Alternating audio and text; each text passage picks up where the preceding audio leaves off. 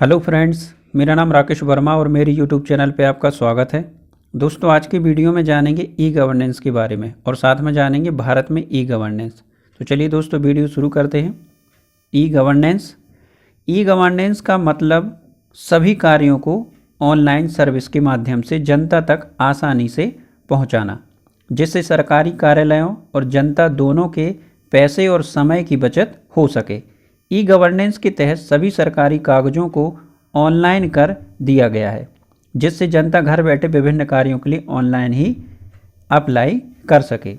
भारत सरकार ने इलेक्ट्रॉनिक विभाग की स्थापना 1970 में की और 1977 में नेशनल इन्फॉर्मेटिक्स सेंटर की स्थापना ई शासन की दिशा में पहला कदम था। आज भारत सरकार और लगभग सभी प्रमुख हिंदी भाषाई राज्यों की सरकारें आम जनता के लिए अपनी सुविधाएं इंटरनेट के माध्यम से उपलब्ध करा रही हैं। विद्यालय में दाखिला हो, किसी भी प्रकार का बिल भुगतान करना हो, सभी मूलभूत सुविधाएं हिंदी में उपलब्ध हैं। इस दिशा में अभी शुरुआत ही हुई है। यह माना जा रहा है कि आने वाले समय में सभी मूलभूत सरकारी सुविधाएं कंप्यूटर तथा मोबाइल के माध्यम से मिलने लगेंगी, जिससे समय, धन तथा श्रम की बचत होगी तथा देश के विकास में योगदान मिलेगा। ई गवर्नेंस के माध्यम से देखिए आपको क्या रहेगा: बेहतर सुरक्षा, सरल एवं कुशल, पारदर्शिता और जवाबदेही, आसान रखरखाव, तुरंत शासन की विस्तृत पहुंच और नागरिकों के लिए बेहतरीन सेवा और तुरंत पहुंच रहेगी। ई गवर्नेंस के उदय के कारण: शासन का जटिल होना, सरकार से नागरिकों की अपेक्षाओं में वृद्धि, ये इनके उदय के प्रमुख कारण हैं। अब जानते हैं ई गवर्नेंस की विभिन्न धारणाएं क्या हैं। तो प्रशासन राज्य को आधुनिक बनाने के लिए आईसीटी का उपयोग, प्रबंधन सूचना प्रणाली एमआईएस के लिए डेटा रिपोजिटरी का निर्माण और रिकॉर्ड्स, भूमि हो या स्वास्थ्य आदि का कंप्यूटरीकरण। ई सेवाएं, इसका उद्देश्य राज्य और नागरिकों के मध्य संबंध को मजबूत करना है। उदाहरण के लिए ऑनलाइन सेवाओं का प्रावधान, ई प्रशासन और ई सेवाओं का एक साथ समायोजन करना, जिससे बड़े पैमाने पर ई सरकार कहा जाता है। ई गवर्नेंस समाज की आवश्यकताओं को पूरा करने के लिए सरकार की क्षमता में सुधार हेतु सूचना एवं प्रौद्योगिकी का उपयोग करना। इसमें नागरिकों के लिए नीति और कार्यक्रम से संबंधित जानकारी का प्रकाशन शामिल है। यह ऑनलाइन सेवाओं के अतिरिक्त सरकार की योजनाओं की सफलता के लिए आईटी का उपयोग करता है और सरकार के विकास लक्ष्यों को प्राप्त करने में मदद करता है। ई लोकतंत्र, तो राज्य के शासन में समाज के सभी वर्गों की भागीदारी सुनिश्चित करने हेतु आईटी का उपयोग। इसके अंतर्गत पारदर्शिता, जवाबदेहिता और लोगों की भागीदारी पर जोर दिया जा रहा है। इसमें नीतियों का ऑनलाइन खुलासा, ऑनलाइन शिकायत निवारण, ई जनमत संग्रह आदि शामिल है। उत्पत्ति: 1970 में इलेक्ट्रॉनिक्स विभाग की स्थापना भारत में ई गवर्नेंस की दिशा में पहला बड़ा कदम था, क्योंकि इसमें सूचना और संचार पर ध्यान केंद्रित किया गया था। 1977 में स्थापित राष्ट्रीय सूचना विज्ञान केंद्र एनआईसी ने देश के सभी जिला कार्यालयों को कंप्यूटरीकृत करने के लिए जिला सूचना प्रणाली कार्यक्रम शुरू किया। ई गवर्नेंस को बढ़ावा देने की दिशा में 1987 में लॉन्च एक क्रांतिकारी कदम था। उद्देश्य नागरिकों को बेहतर सेवा प्रदान करना, पारदर्शिता और जवाबदेही का पालन, सूचनाओं के माध्यम से लोगों को सशक्त बनाना, शासन दक्षता में सुधार, व्यापार और उद्योग के साथ इंटरफेस में सुधार। ई गवर्नेंस के अंतर्गत आने वाले कार्य: आप ऑनलाइन बैंकिंग के जरिए सभी बैंकिंग सेवाओं का लाभ उठा सकते हैं। जीएसटी से संबंधित सभी कार्य ऑनलाइन ही कर सकते हैं। बिजली, पानी, टेलीफोन, मोबाइल, डीटीएच आदि के बिल ऑनलाइन भरे जा सकते हैं। पैन कार्ड, आधार कार्ड, राशन कार्ड, पासपोर्ट, जाति प्रमाण पत्र का सत्यापन कर सकते हैं, करवा सकते हैं। आयकर रिटर्न फाइल्स के सभी कार्य ऑनलाइन किए जा सकते हैं। ट्रेन, बस, हवाई जहाज की टिकट ऑनलाइन बुक कर सकते हैं। ई गवर्नेंस के 4 स्तंभ हैं: लोग, प्रक्रिया, प्रौद्योगिकी और संसाधन। तो ई गवर्नेंस के प्रकार, ई गवर्नेंस 4 प्रकार की होती है और चारों की एक अलग प्रणाली तथा कार्य श्रृंखला होती है जिसके तहत वह कार्य करती है। इसमें एक पूरा सिस्टम बना होता है जो उद्देश्य प्राप्ति के लिए मदद करता है। इसके प्रकार इस प्रकार हैं।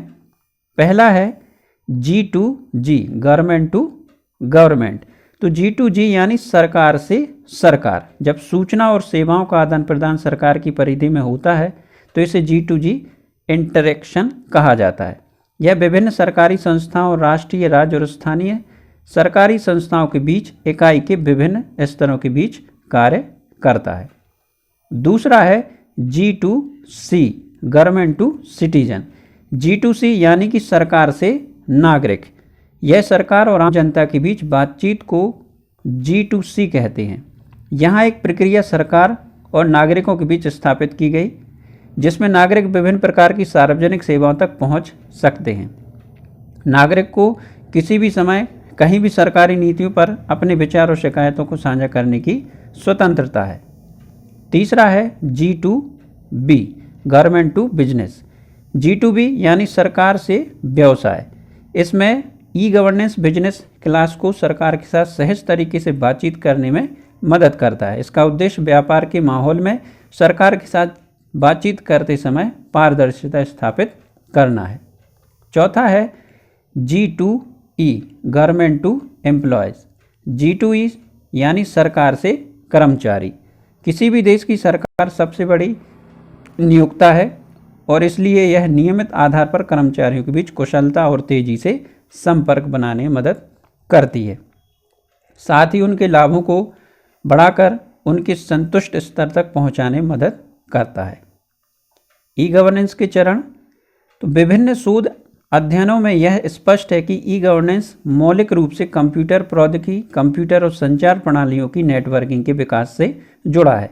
भारत में ई गवर्नेंस की शुरुआत 4 चरणों से हुई।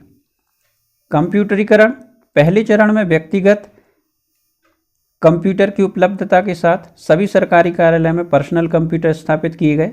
कंप्यूटर का उपयोग वर्ड प्रोसेसिंग के साथ शुरू हुआ। इसके बाद डेटा प्रोसेसिंग में तेजी आई। नेटवर्किंग, इस चरण में कुछ सरकारी संगठनों की कुछ इकाइयों को विभिन्न सरकारी संस्थाओं के बीच सूचनाओं के आदान प्रदान और डेटा के प्रवाह के लिए एक हब के माध्यम में से जोड़ा गया।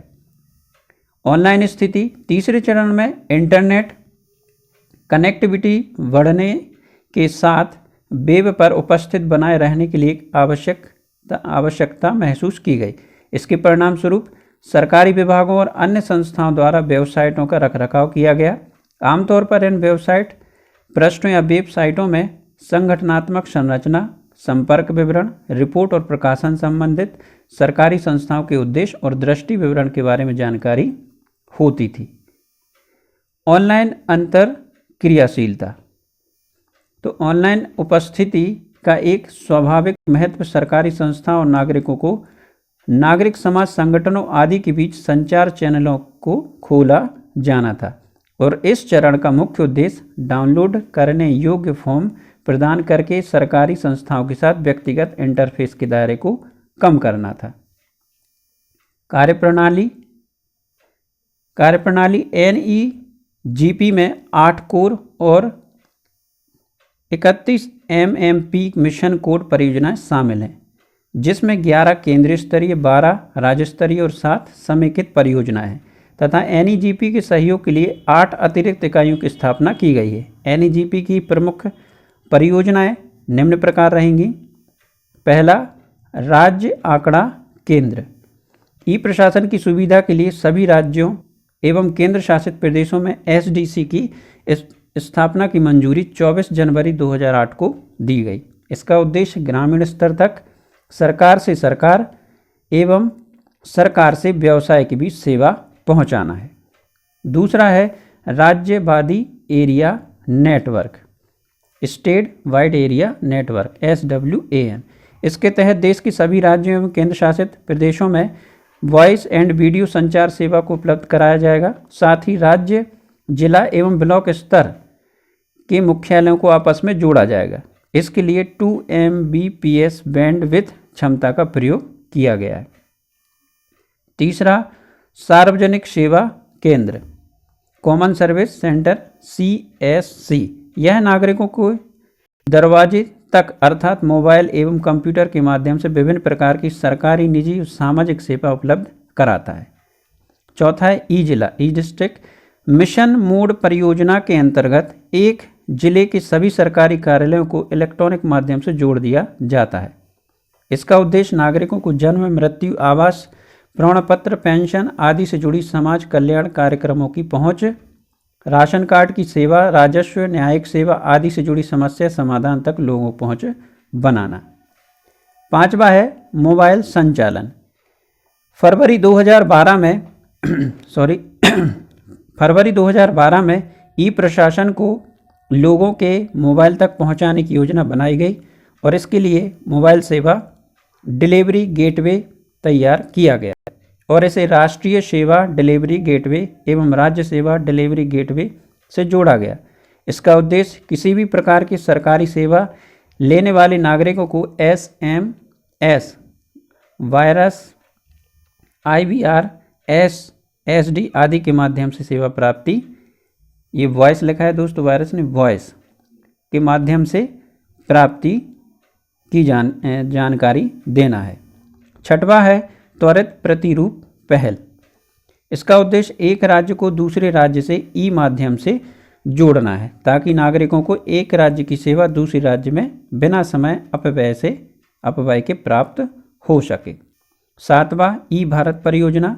इसका उद्देश्य पूरे देश में ऑनलाइन सेवा को उपलब्ध कराना है, अर्थात देश का कोई भी नागरिक किसी भी स्थान, राज्य में रहते हुए अपने क्षेत्र विशेष या अन्य स्थान की सेवा प्राप्त कर सकता है।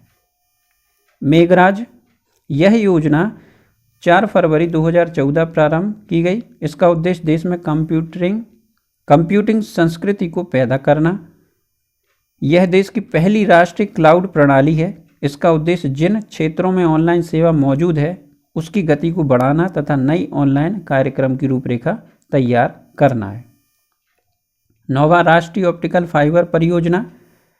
यह नागरिकों एवं राज्यों को दीर्घकालीन सेवा उपलब्ध कराने की दीर्घकालीन योजना है। प्रारंभिक चरण में राजस्थान, आंध्र प्रदेश, त्रिपुरा के 3 ब्लॉकों के 59 पंचायतों में पायलट परियोजना के रूप में से लागू किया गया। 10वां है dial.gov.in। इस पोर्टल को दिसंबर 2012 में शुरू किया गया है। इस परियोजना में सभी जानकारी वेब आधारित पोर्टल, कॉल सेंटर और इंटरएक्टिव वॉइस रिस्पॉन्स सिस्टम के जरिए प्रदान की जाती है। इसके द्वारा कोई व्यक्ति देश में चल रही सभी सामाजिक योजनाओं के मुनाफे की सूचना प्राप्त कर सकता है। ई ताल, यह केंद्र एवं राज्य आधारित ई प्रशासन योजनाओं के आंकड़ों का संग्रह एवं विश्लेषण करता है तथा लोगों तक उसकी पहुंच बनाता है। राष्ट्रीय ई शासन योजना, 18 मई 2006 को यह कार्यक्रम केंद्र सरकार की न्यूनतम साझा कार्यक्रम की प्राथमिकताओं के आधार पर प्रशासनिक सुधार एवं जन शिकायत विभाग, सूचना प्रौद्योगिकी विभाग द्वारा तैयार किया गया है। ई गवर्नेंस की दिशा में सरकारी प्रयास। तो ई प्रशासन की दिशा में पहला सरकारी प्रयास 15 अगस्त 2000 को आया, जब सूचना प्रौद्योगिकी मंत्रालय के अंतर्गत ई गवर्नेंस सेंटर की स्थापना की गई ताकि सरकार काम में गति, जवाबदेही, संवेदनशीलता तथा पारदर्शिता लाई जा सके। ई गवर्नेंस पोर्टल द्वारा दी जाने वाली ऑनलाइन सेवाएं। ई गवर्नेंस से ये तात्पर्य है कि इंफॉर्मेशन एवं कम्युनिकेशन टेक्नोलॉजी का इस्तेमाल सरकारी कामों के सभी स्तर में देश के नागरिकों को अच्छी सर्विस का प्रबंध करना है। इसमें इंफॉर्मेशन की एक्सचेंज अलग अलग एजेंसी और सरकार के बीच जल्द और पारदर्शिता के साथ हों। ई गवर्नेंस पोर्टल में आप ऐसे अनेक सुविधाओं का लाभ प्राप्त कर सकते हैं। इस पोर्टल में आप जो सेवाएं और सुविधाएं लाभ उठा सकते हैं, ये परियोजनाएं इस प्रकार हैं। ई परिवहन सेवाएं 2006 में भारत सरकार द्वारा ई गवर्नेंस योजना की शुरुआत कंप्यूटर के माउस के क्लिक पर सभी सरकारी सेवाएं आम आदमी को सुलभ बनाने के प्रयास के रूप में की गई थीं। ई गवर्नेंस योजना के तहत ई परिवहन सेवाओं में हवाई, रेल, सड़क परिवहन सेवाओं में हवाई, रेल और सड़क परिवहन आदि से संबंधित सेवाएं ऑनलाइन शुरू कर सफलतापूर्वक संचालन या संचालित की जा रही हैं। उपलब्ध सेवाओं में online rail ticket booking, PNR स्थिति की जांच, 2 स्टेशनों के बीच रेल सेवाएं, रेल भाड़ा व आरक्षण सुविधा, रेल एसएमएस सेवा आदि और आई टिकट सेवाएं। अगला है ई नागरिक सेवाएं। तो ई नागरिक सेवाएं राष्ट्रीय गवर्नेंस योजना के तहत ऑनलाइन नागरिक सेवाओं की उपलब्धता ई शासन का एक महत्वपूर्ण भाग है। इस योजना के तहत नागरिक को इन सेवाओं के लिए सरकारी कार्यालयों में जाने की जरूरत नहीं है। वे इन योजनाओं और इससे मिलने वाले लाभ कार्यालयों में या अपने घर में आराम से बैठे ले सकते हैं। इसके अंतर्गत आप इन सेवाओं का लाभ उठा सकते हैं। आधार कार्ड, मनरेगा के अंतर्गत आवेदन देना, ऑनलाइन पासपोर्ट के लिए आवेदन करना, ऑनलाइन पैन कार्ड के लिए आवेदन करना, ऑनलाइन आयकर रिटर्न फाइलिंग, अपना नाम मतदाता सूची में खोजना। ई डाक और संचार सेवाएं। तो डाक और दूरसंचार विभाग संचार और सूचना प्रौद्योगिकी मंत्रालय के अंतर्गत आते हैं। भारत का डाक विभाग दुनिया की सबसे पुरानी मेल सेवाओं में से एक है और काफ़ी विस्तृत है। इसने अनेक नई तकनीकों को अपनाया है और लोगों को त्वरित और सुलभ सेवा देने के लिए संचार प्रौद्योगिकी का बेहतर उपयोग कर रहा है। इसके अंतर्गत आप इन सेवाओं का लाभ उठा सकते हैं, जैसे त्वरित ई पोस्ट सेवा, त्वरित मनी ऑर्डर सेवा, स्पीड पोस्ट स्थिति की नवीनतम जानकारी, डाक खर्च की ऑनलाइन गणना। ई ग्रामीण विकास की जानकारी। तो भारत के करीब 70% लोग ग्रामीण क्षेत्रों में रहते हैं। ग्रामीण विकास मंत्रालय ग्रामीण क्षेत्रों के समग्र विकास की रणनीति में एक निर्णायक भूमिका निभाता है। इस संबंध में सूचना और संचार प्रौद्योगिकी की मदद से सरकार द्वारा कई ऑनलाइन सेवाएं प्रदान की जा रही हैं। आप निम्नलिखित सेवाओं का लाभ उठा सकते हैं, जैसे पीएमजीएस योजना की स्थिति की जांच, केबीआईसी कोर्स ऑनलाइन आवेदन, सरकारी योजनाएं जाने, ग्रामीण अधिवास सूचना, वर्षा जल संरक्षण हेतु लागत गणना। ई शैक्षणिक सेवाएं। ऑनलाइन लर्निंग ई लर्निंग के कई पहलुओं में से एक है, जिससे पता चलता है कि शिक्षा के क्षेत्र में इलेक्ट्रॉनिक सूचना और संचार प्रौद्योगिकी का उपयोग कितना लाभकारी है। यह इंटरनेट के माध्यम से शैक्षिक जानकारी देने का एक बहुत ही बेहतरीन तरीका है। यह लचीला, स्वयं आत्मसात करने और दूरस्थ शिक्षा के लिए अनुकूल है। शिक्षा के क्षेत्र में आईसीटी के उपयोग ने उन लाखों विद्यार्थियों के लिए जो दूर के स्थानों से अपनी शिक्षा को आगे बढ़ाना चाहते हैं, उनके लिए शिक्षा को जारी व जुड़े रहना संभव बना दिया है। इनके अंतर्गत निम्नलिखित सेवाओं का लाभ उठा सकते हैं। एनसीईआरटी की पुस्तकें डाउनलोड करना, परीक्षा परिणाम, अध्ययन केंद्र पता खोजें, भारतीय शैक्षणिक संस्थान, रोजगार, छात्रवृत्ति के लिए आवेदन, उच्च शिक्षा के लिए ऋण। ई शिकायत निवारण। जब भी जनता और सरकार आपस में संपर्क बनाते हैं या बातचीत करने का प्रयास करते हैं, नागरिक इसका अनुमान इस प्रकार भी लगा सकते हैं कि यह सही है या सिर्फ उपेक्षा, कई बार संवाद की सही दिशा में ना होने की स्थिति शिकायत के लिए वैध आधार बनाती है। इस संपर्क को नया रूप देते हुए सरकार ने शिकायत निवारण के और जनता की शिकायतों को दर्ज करने के कई ई माध्यमों की स्थापना की है, जैसे ऑनलाइन शिकायत दर्ज कराएं,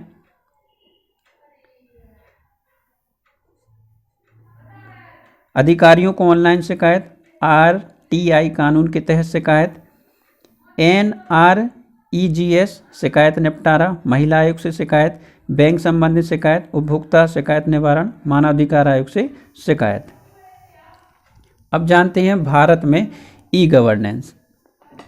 भारत में सुशासन के प्रयास में सूचना क्रांति ने एक अनेक शक्तिशाली उपकरण का कार्य किया है। ज्ञातव्य है कि भारत सूचना प्रौद्योगिकी क्षमता में एक महत्वपूर्ण स्थान रखता है। ई प्रशासन, ई शिक्षा, ई व्यापार, ई वाणिज्य, ई मेडिसिन आदि ऐसे कई क्षेत्र हैं जहां सूचना प्रौद्योगिकी की प्रभावशाली भूमिका में महत्वपूर्ण प्रगति देखी जा सकती है। ई गवर्नेंस के अंतर्गत सरकारी सेवाएं एवं सूचनाएं पहुंचाने में विभिन्न इलेक्ट्रॉनिक विधियों एवं उपकरणों का प्रयोग किया जाता है। ई प्रशासन के माध्यम से शासन को सरल, नागरिकोन्मुख, पारदर्शी, जवाबदेही एवं त्वरित बनाया जा सकता है।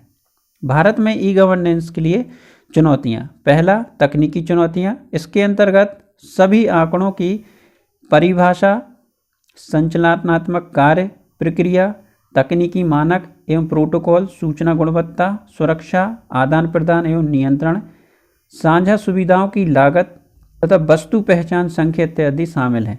इसके बाद ई सरकार को रूपांतरित करने के मामले पर ध्यान दिया गया ताकि उसे ग्राहक केंद्रीय और नागरिक केंद्रीय बनाया जा सके।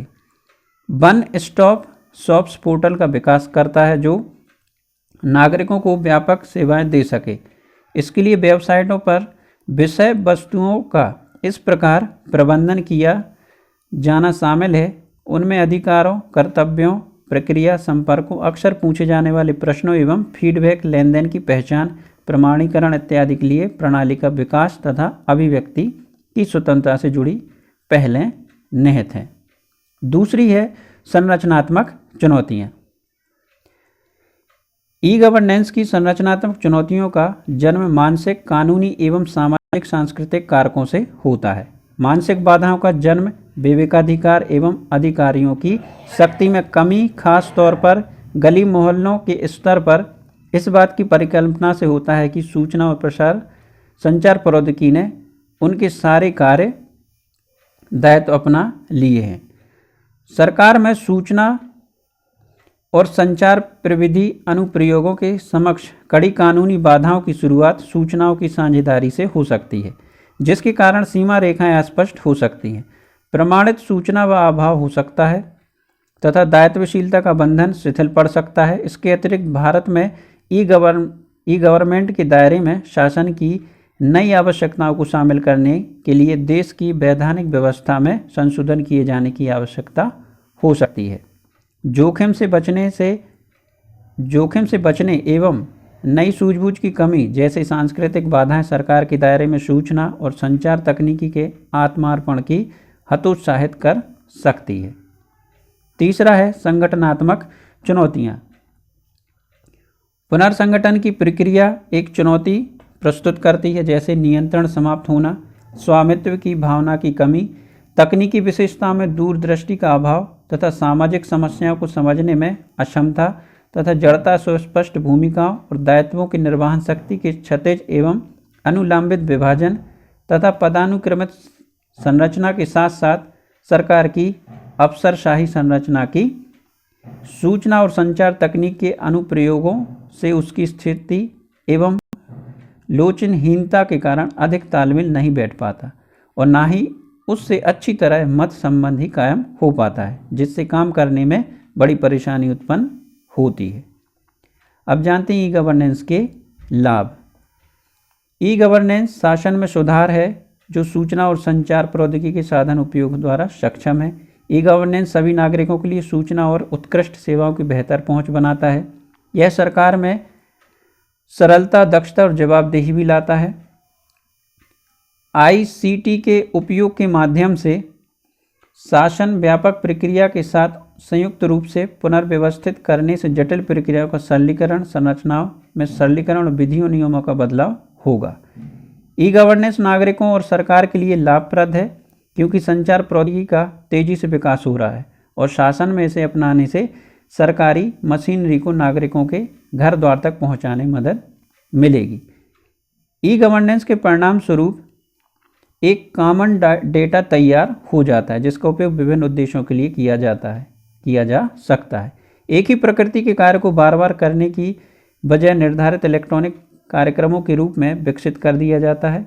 अधिकारियों के व्यक्तिगत दौरे, निरीक्षण, पर्यवेक्षण तथा प्रत्यक्ष नियंत्रण का स्थान दूर बैठे वार्तालाप से ले लिया जाता है। इस व्यवस्था से कागजी कार्यवाही में कमी आती है तथा विलंब और बाबूराज पर रोक लगती है।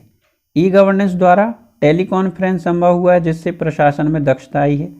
इसमें एक ही कार्य पुनरावृत्ति नहीं होती और निर्धारित इलेक्ट्रॉनिक कार्यक्रम के रूप में प्रोग्राम विकसित कर दिया जाता है। ई गवर्नेंस के नुकसान। जिस तरह हर चीज़ों के कुछ लाभ और कुछ हानि होती है, उसी तरह से गवर्नेंस के भी कई नुकसान हैं, जिसके बारे में आपको जानकारी इस प्रकार है। हर कोई लाभ उठा सकता है। हमारे देश की ज़्यादातर आबादी अशिक्षित है, जिसके चलते वो ई गवर्नेंस का फ़ायदा चाहते हुए भी नहीं उठा सकती। देश के अधिकतर लोगों को तो कंप्यूटर का प्रयोग करना भी नहीं आता है। ऐसे में और किसी का अपने कार्य के लिए उन्हें निर्भर रहना पड़ता है। अगला है पहुंच में कमी होना। गांव के लोगों को अभी तक ई गवर्नेंस के बारे में सही से कोई जानकारी नहीं है। ऐसे में अभी भी कई लोग सुविधा का इस्तेमाल करने से वंचित हैं। इंटरनेट की सुविधा नहीं होना। अभी तक हमारे देश में ऐसे कई गांव हैं जहां पर अभी तक इंटरनेट की सुविधा को सरकार पहुंचाने में नाकाम रही है। ऐसे में ई गवर्नेंस से देश के हर नागरिक को जोड़ने का सपना पूरा करना नामुमकिन है। इंटरनेट का सुरक्षित ना होना। इस बात में भी कोई संदेह नहीं है कि अभी भी इंटरनेट एक सुरक्षित जरिया नहीं है। इसके माध्यम से किसी भी जानकारी को साझा करने में एक खतरा हमेशा रहता है। हमारे द्वारा साझा जानकारी का फ़ायदा कोई भी उठा सकता है। ई गवर्नेंस की समस्याएं, तो देखिए समस्याओं में आर्थिक तौर पर जो समस्याएं रहती हैं उसमें खर्चा, पुनर्प्रयोग, रखरखाव, संपर्क स्थिरता। सामाजिक समस्या में पहुंच, उपयोगिता, स्थानीय भाषा का प्रयोग, ई गवर्नेंस के बारे में जागरूकता। तकनीकी तौर पर पारस्परिकता, सुरक्षा, गोपनीयता और प्रमाणीकरण, ये समस्याएं होती हैं। ई गवर्नेंस के लक्ष्यों में जाने तो देखिए इनमें लक्ष्यों में क्या क्या है। आत्मविश्वास हासिल करना, सरकार के काम को समझना, प्रणाली की रूपरेखा, सुदृढ़ीकरण, पुनर्रचना, निर्माण और प्रशिक्षण क्षमता, बेहतर समाधान, अनुसंधान एवं विकास और ज्ञान का उल्लंघन। लागत। ई गवर्नेंस हेतु किए जाने वाले उपाय महंगे होते हैं और इनके लिए भारी सार्वजनिक व्यय की आवश्यकता होती है। भारत जैसे विकासशील देश में ई गवर्नेंस पहल के कार्यान्वयन में परियोजनाओं की लागत प्रमुख बाधाओं में से एक है। गोपनीयता और सुरक्षा। डेटा लीक होने के मामले में ई गवर्नेंस के प्रति लोगों के विश्वास को खतरे में डाल दिया है। इसलिए ई गवर्नेंस परियोजनाओं के कार्यान्वयन में सभी वर्गों के लोगों के हितों की सुरक्षा के लिए सुरक्षा मानक और प्रोटोकॉल होने चाहिए। Digital device. ई गवर्नेंस सेवाओं का लाभ उठाने वाले इन सेवाओं से वंचित लोगों की संख्या के मध्य बहुत अधिक अंतराल है। डिजिटल विभाजन जनसंख्या के अमीर, गरीब, पुरुष, महिला, शहरी, ग्रामीण आदि क्षेत्रों में देखा जाता है। इस अंतर को कम करने की आवश्यकता है, तभी ई गवर्नेंस के लाभों का समान रूप से उपयोग किया जाएगा। निष्कर्ष। ई गवर्नेंस सेवाएं भारत में गति पकड़ रही हैं, लेकिन सार्वजनिक जागरूकता बढ़ाने और डिजिटल डिवाइस को कम करने की आवश्यकता है। ई गवर्नेंस उपायों की सफलता काफ़ी हद तक हाई स्पीड इंटरनेट की उपलब्धता पर निर्भर करती है और निकट भविष्य में 5G तकनीकी का देशव्यापी प्रसार हमारे संकल्प को मजबूत करेगा। तो दोस्तों आज की वीडियो में बस इतना ही। आशा करता हूँ आपको मेरा वीडियो पसंद आया होगा। वीडियो पसंद आया तो लाइक करें, अपने दोस्तों के साथ शेयर भी करें और मेरे चैनल को सब्सक्राइब करना ना भूलें। Thank you.